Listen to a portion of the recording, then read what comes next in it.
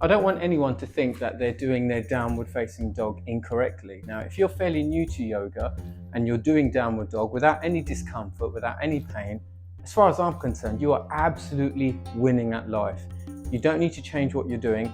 Just give your body time, or more specifically, give your brain time to adapt to what you're doing.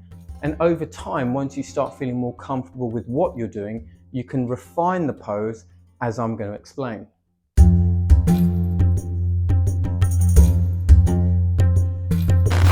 So again, my advice and recommendations are for those fairly new to yoga and yoga teacher trainees. If you're an advanced yogi, you are not my audience. You kind of already know what you're doing. So this is just trying to help people better understand what they're trying to do. I'll start with the most common mistake, if you will. Now, the reason it's a mistake is because by doing it in the way I'm going to show, you're making life very difficult for yourself. The pose becomes harder than it should. And what people do is they turn downward facing dog into more of an arm balance. So something like this. Your hands are way too close in line with your feet. There's not enough space. The legs are perfectly straight. The person who's doing it this way lifts their head as well forward. They look forward, and it becomes the pose becomes more about the strength and endurance of your arms, which isn't incorrect. I mean, it is doing something positive. It's still making your arms stronger, but that's not the intention of the downward facing dog. How you want to refine the pose is really simple, and I'm just going to break it down to 3 steps. The first and single most important part of the pose, because it's the first thing you focus on, are your hands. Just like in my forward fold video, I explain the importance of your feet and the toes. In downward facing dog, the important part of the pose is what you're doing with your hands. So when I'm in downward dog, it's as if I'm playing the piano with my fingertips. I'm sending that sensory information from my fingertips up my arm, up my spinal cord into my brain, and my brain is processing my environment. It recognizes that I'm balanced, that I'm safe, that I'm not going to fall, and it's more likely to assist in me slowing my heart rate down. When there's an absence of stress or where there's less panic involved, my heart rate is likely to slow down, meaning the muscles that I'm trying to stretch will stretch because they're relaxed. So it all begins with fingertips. I stretch my fingers out and I'm dragging my fingertips around towards the heel of the hands. I always call this the tiger grip for some reason. I'm dragging my fingertips around, and that is my foundation. And every now and again, I play the piano from the small finger all the way to the thumb. That's my stable base. The second thing I'd like most people to do is step back slightly further than this. Step back, bend into your knees. Now, I think you have to be quite advanced and very skilled in your practice and not have restrictions in your hamstrings to do that more narrow stance. I don't believe the general population, those who come to our studio, would benefit from a closer stance. I think most people would benefit so much more from stepping back and keeping the heels off the ground. So if the first pointer is hands, the second pointer is to take your feet further back. You can see how my knees are bent. I'm not forcing my heels down, because look what happens to the average practitioner when they press the heels down. Look what happens to my back. It rounds. But if I bend my knees and step back, look what happens to my back. Now I'm getting a really nice stretch into my lats, which are the huge muscles in your back, and it just feels so nice.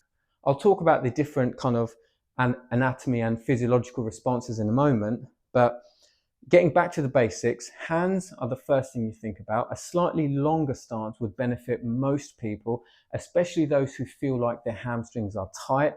And the third point, which is perhaps the most important principle at all, because it changes what you're doing from glorified stretching or an exercise which increases your heart rate into more of a yoga pose. As people have heard me say in class and are pretty bored of me saying it now, your body should move to accommodate your breathing and not the other way around. If your body does not move in a very subtle way to accommodate your breathing, you're restricting your body's need for oxygen, which means the body starts to stress the pose becomes harder, your arms start to shake, you start to hold your breath, and you just can't hold the downward dog for as long as you'd like to hold it. When you're in downward facing dog, your spine should move like a wave. When you breathe in and your lungs fill up, and you really want your lungs to fill up, and your diaphragm pushes down, you need to make space for that. So allow your body to move naturally as you breathe in. So what I mean by that is if I'm here, as I breathe in, everything expands, and you can see how I'm coming out of the downward dog ever so slightly. So it's there. And then as I breathe out of the nose, very slowly, I'm going to start breathing out.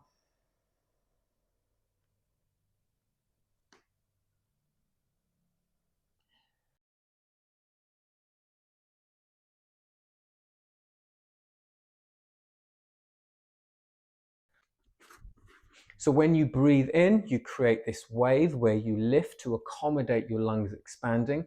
And when you breathe out and everything goes back to where it should be, you can then create the stretch. And you know you've nailed it because you can exhale for longer than you inhale. That means you're becoming so efficient, your body is so happy with the amount of oxygen you're bringing in that it's allowing your body to stretch more on exhale.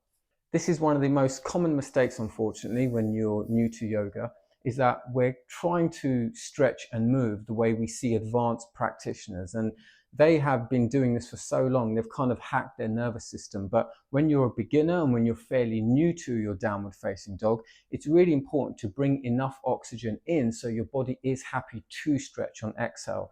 The majority of people, 99% of people, can't stretch on inhale. It's almost contradictory because you need oxygen.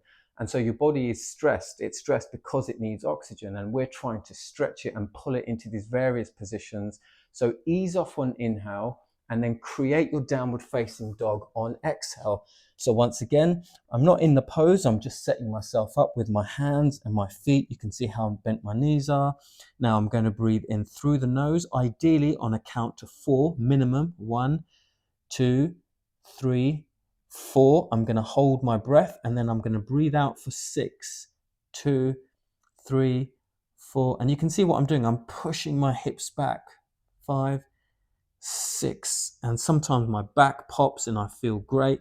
And now my body's stressing because it needs oxygen. So I ease off. I ease off enough to fill my lungs up. And I'll go again. Getting back to the anatomy, what happens when your feet and hands are further away in this longer downward facing dog? Well, firstly, you're stretching more into your lats, the huge muscles in your back. You're also stretching your pectorals.